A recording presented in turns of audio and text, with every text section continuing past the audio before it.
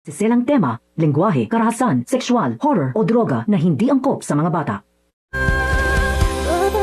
Durog na durog ang puso ni Princess matapos ang pamamaalam ng tatay-tataya niya. Habang sa kabilang banda naman, nagbubunyi ang magpinsan na demonyitang si Divina at Jenny dahil sa wakas ay safe na daw ang kanilang sikreto. Pero may isa pang pinangangambaan si Divina at ito ay si Leilani dahil siya na lang daw ang nakakaalam ng mga sikreto nila ni Jenny.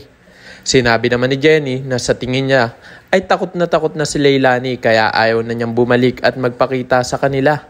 Samantala, grabe rin talaga ang pagmamahal nitong si Charlene kay Raymond dahil kahit na pinoproseso na ang annulment nila ay hindi pa rin nawawala ang concern ni Charlene sa dati niyang asawa. Kaya naman na magkaharap sila ni Raymond ay pinaalalahanan niya ito bilang dating asawa at ina ni Libby na mag-ingat daw sila sa bago niyang nobya na si Divina.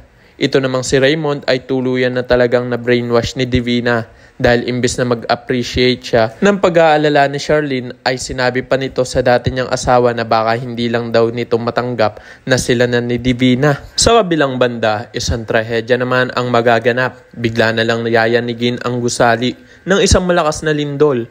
Sa kasamaang palad ay nasa loob sina Raymond, Princess at Charlene. Dahil sa lakas ng lindol ay hindi na napansin ni Divina ang mga binibitawan niyang salita. Habang yakap niya si Libby ay nadulas ang dila ni Divina at sinabing mabuti na lang daw at nasa labas ang anak niyang si Libby.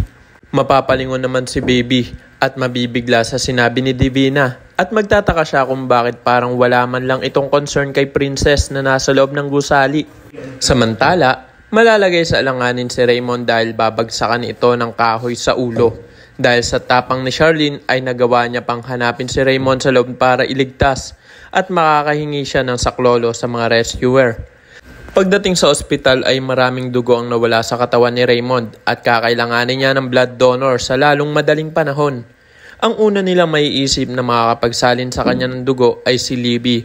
Ngunit maugulat ang lahat dahil nang isagawa ng doktor ang pag-examine sa kanilang dugo ay hindi ito magtutugma.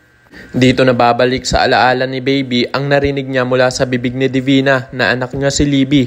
At dahil sa ayaw rin naman ni Divina na mawala itong si Raymond, ay mapipilitan siyang umamin na si Princess ang totoo niyang anak at makakapagbigay ng dugo upang ma-extend pa ang kanyang buhay. Yan ang mga dapat mo pang abangan. Kaya naman kung isa rin sa mga nagnanais na sana ito na ang maging daan upang lumabas ang katotohanan, ay click lamang ang like at subscribe button para updated ka lagi sa mga susunod ko pang i-upload.